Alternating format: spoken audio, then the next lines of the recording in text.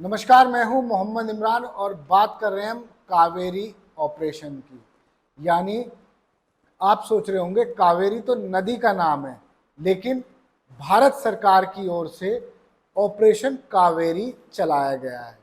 Sudan में जितने भी भारतीय फंसे हैं उनको स्वदेश लाने के लिए इस ऑपरेशन की शुरुआत की है।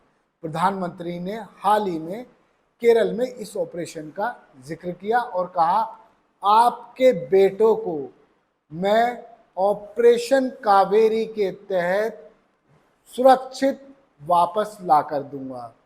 अब मैं आपको बता दूं, सूडान में पिछले कुछ दिनों में सरकार का तख्ता पलट होने के बाद से हिंसा हो रही है। वहाँ करीब करीब 20,000 भारतीय फंसे हुए हैं। अब आप देखिए, सऊदी अरब ने अपनी दोस्ती का एक मिसाल पेश कर दी। जितने भी भारतीय सूडान में फंसे हैं, सऊदी ने उनको निकालकर अपने यहाँ सुरक्षित रखा, फिर भारत के हवाले कर दिया।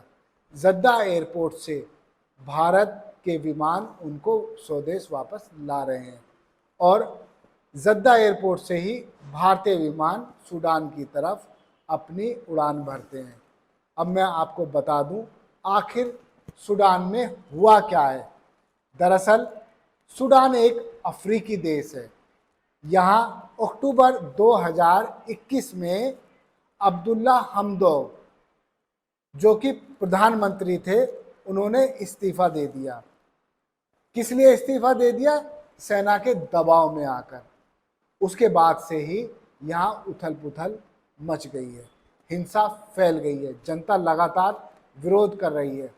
सूडान सन 1956 में स्वतंत्र हुआ और अब तक 10 बार यहाँ तख्ता पलट हो चुका है और 11 बार तख्ता पलट की कोशिशें विफल हो चुकी हैं। आप इससे अंदाज़ा लगा लीजिए कि यहाँ कितनी स्थिरता होगी। अब एक और फैक्ट मैं आपको बता दूं सूडान को लेकर। जो सूडान है, सूडान की अर्थव्यवस्था भी ध्वस्त हो गई है। यहाँ लोग खाने और पीने की चीज़ों के लिए तरस रहे हैं। वो प्रदर्शन करते हैं और अपने 2 वक्त की रोटी जुटाने के लिए पूरी कड़ी मेहनत करते हैं, लूटपाट भी कर लेते हैं। इसीलिए इंडियंस की जान यहाँ खतरे में है। ये इंडियंस गए तो रोजगार करने थे, लेकिन आप देखिए अब सरकार को ऑपरेशन कावेरी चलाकर इनको लौटाना पड़ रहा है। इससे पहले भी कई देश यानी यमन और उसके अलावा कई अन्य देशों में भी हिंसा हुई और क्राइसिस हुई, जिसमें भारत सरकार ने अलग अलग ऑपरेशन चलाकर भारतीयों को स्वदेश सुरक्षित लौटाया। आप देखते रहिए जय हिंद जनाब। चैनल को लाइक और सब्सक्राइब करना ना भूलें। जय हिंद।